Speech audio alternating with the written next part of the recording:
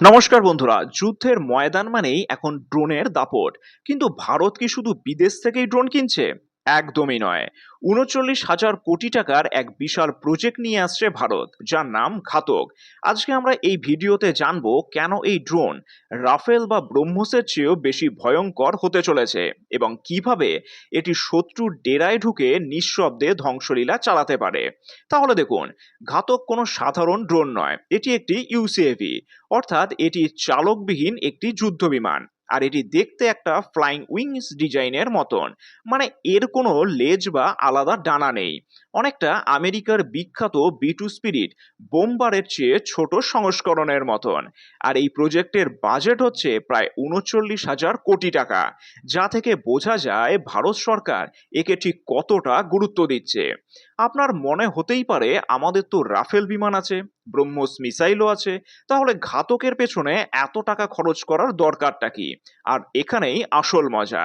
তাহলে দেখুন, রাফেল যখন ওড়ে শত্রুর র্যাডারে ধরা পড়ার ভয় থাকে, কিন্তু ঘাতক হলো একটি স্টেলথ ড্রোন। এর মানে হলো র্যাডারেকে সহজে খুঁজে পাবে না।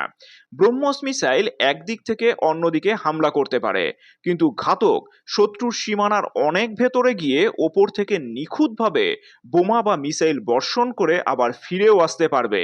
আর এতে কোনো পাইলট থাকে না, তাই শত্রু যদি একে নামিয়েও দেয়, কোনো জওয়ানকে হারানোর ভয়ও থাকছে না।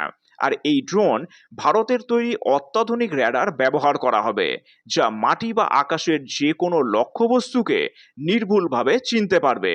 আর এতে ব্যবহার করা হচ্ছে ভারতের তৈরি কাবেরী ইঞ্জিন, যা একে দীর্ঘ সময় ধরে আকাশে উড়তে সাহায্য করবে। আর এটি দীর্ঘ দূরত্ব অতিক্রম করে হানা দিতেও সক্ষম, যা ভারতের প্রতিরক্ষা কৌশলে এক নতুন মাত্রা যোগ করবে।